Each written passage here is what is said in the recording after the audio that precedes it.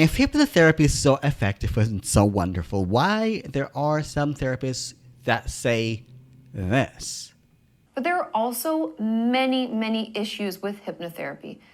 Due to the suggestive nature of it, it's actually a very unreliable form of treatment. The Texas jury actually awarded $5 million against psychiatrists who planted a false memory of satanic abuse to their client. I cannot work on memory recovery for you because it would be unethical. I'm a registered hypnotherapist with the state of Washington, and I practice internationally through telehealth, clinical hypnotherapy. A software engineer is trying to hypnotize you, and they never work as a psychologist or a therapist, or they don't have formal education on human psychology, and all they have is 6 months to a year certification course, or even shorter than that. Like, this is not enough. Psychotherapists actually were never taught hypnotherapy in schools. But what happened with hypnosis?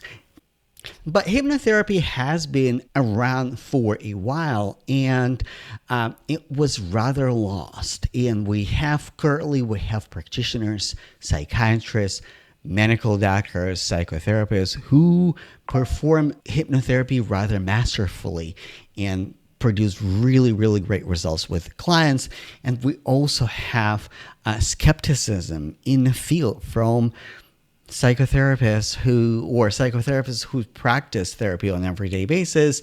And let's also talk about why hypnotherapy is not taking the same place as cognitive behavioral therapy, dialectical behavioral therapy, even form of newer therapy like internal family system, and for a simpler form of intervention like motivational interviewing. We all have those new interesting approaches that are taking space, that are documented, and are recommended actually as a form of therapy. But what happened with hypnosis? This is what we're going to talk about today, and hopefully this video will help you to determine if hypnosis is something that you would like to try or consider for yourself. So I'm going to break it all down for you. Who am I? If you're new to me, my name is Eugene Perezin. I'm a registered hypnotherapist with the state of Washington, and I practice internationally through telehealth, clinical hypnotherapy.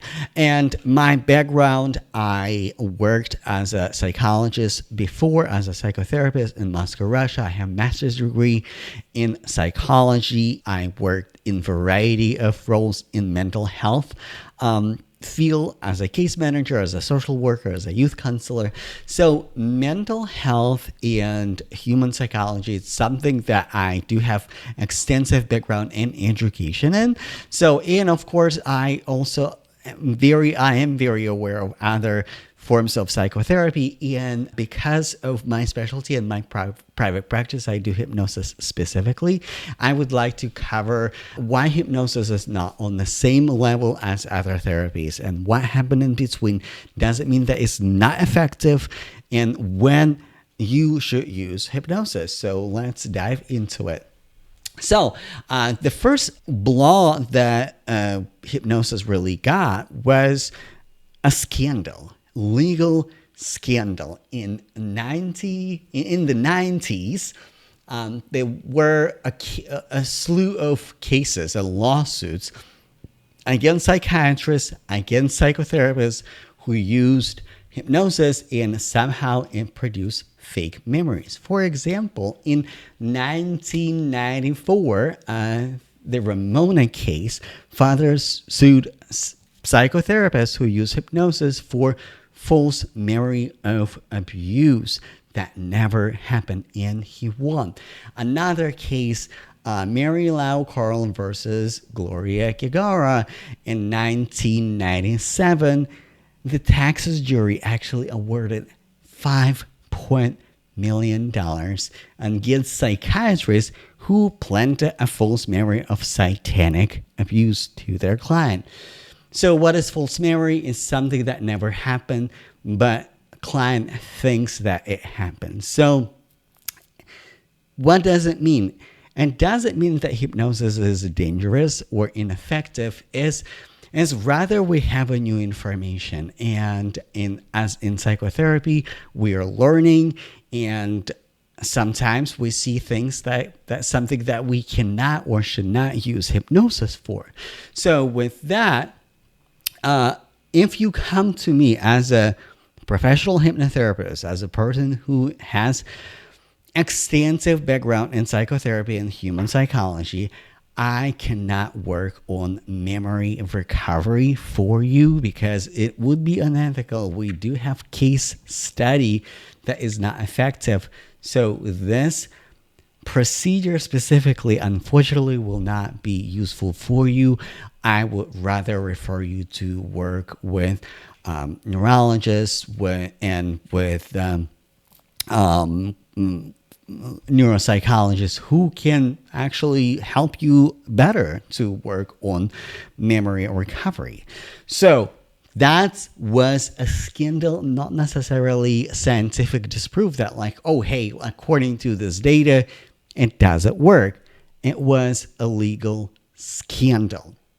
So number two, what was interesting, in 1961, American Medical Association recommended 144 hours of hypnosis training for medical students, but somehow it was never implemented, and later on it was dropped from the curriculum.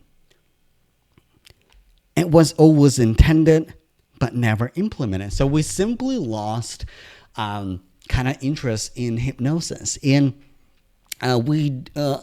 is a historical evidence of medical hypnosis. For example, Asdale was able to use hypnosis for anesthesia. And in hypnotherapy, you can get into Asdale state when your body is so relaxed that it's almost unresponsive, and you can produce like surgical procedures. So Asdale actually did that.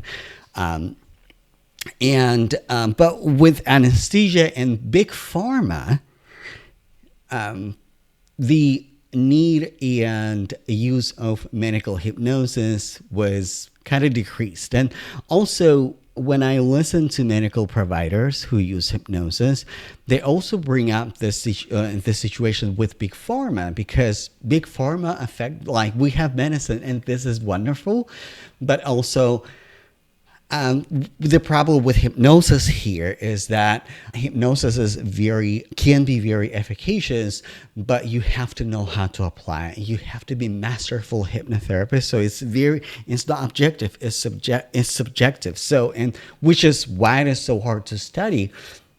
And that's why hypnotherapy kind of just never progressed and was never taught in medical school. And number three, it can be the modern therapy, right? Like CBT, like the documented therapies that we have, at least in the Western psychotherapy. There's a manual, and there were randomized trials, and plus like placebo trial too. So with hypnosis, delivery method is very suggestive and very subjective, and it can't really fully test it. We simply don't have the right measurement with rigor that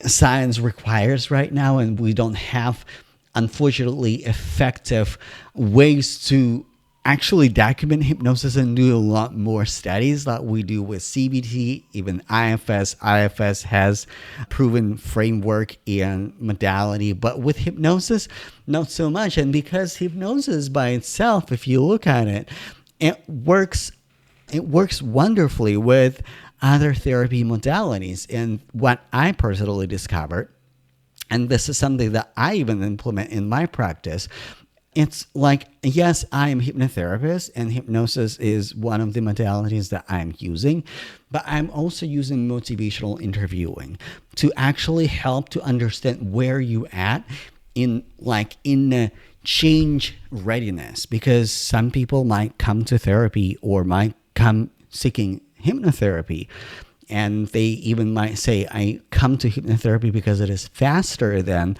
other forms of therapy. I need to change, but they may not be actually ready for change. And this is when motivational interviewing specifically comes to play.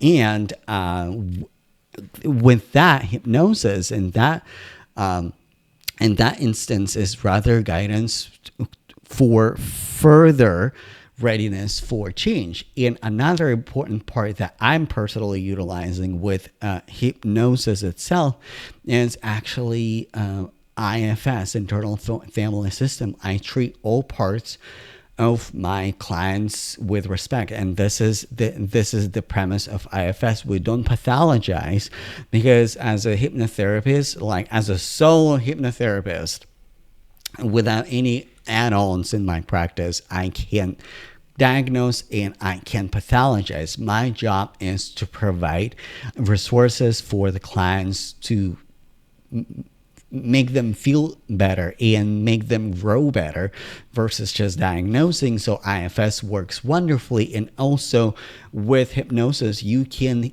get better connection and better communication with different parts of the mind. And that is extremely congruent. And the IFS and hypnotherapy, they do have one similarity that you go within. So they're very, very much congruent. So, but you can also, if you're a clinical therapist, if you're a licensed therapist or psychiatrist, you can combine hypnotherapy with DBT, with CBT, with other forms of therapy.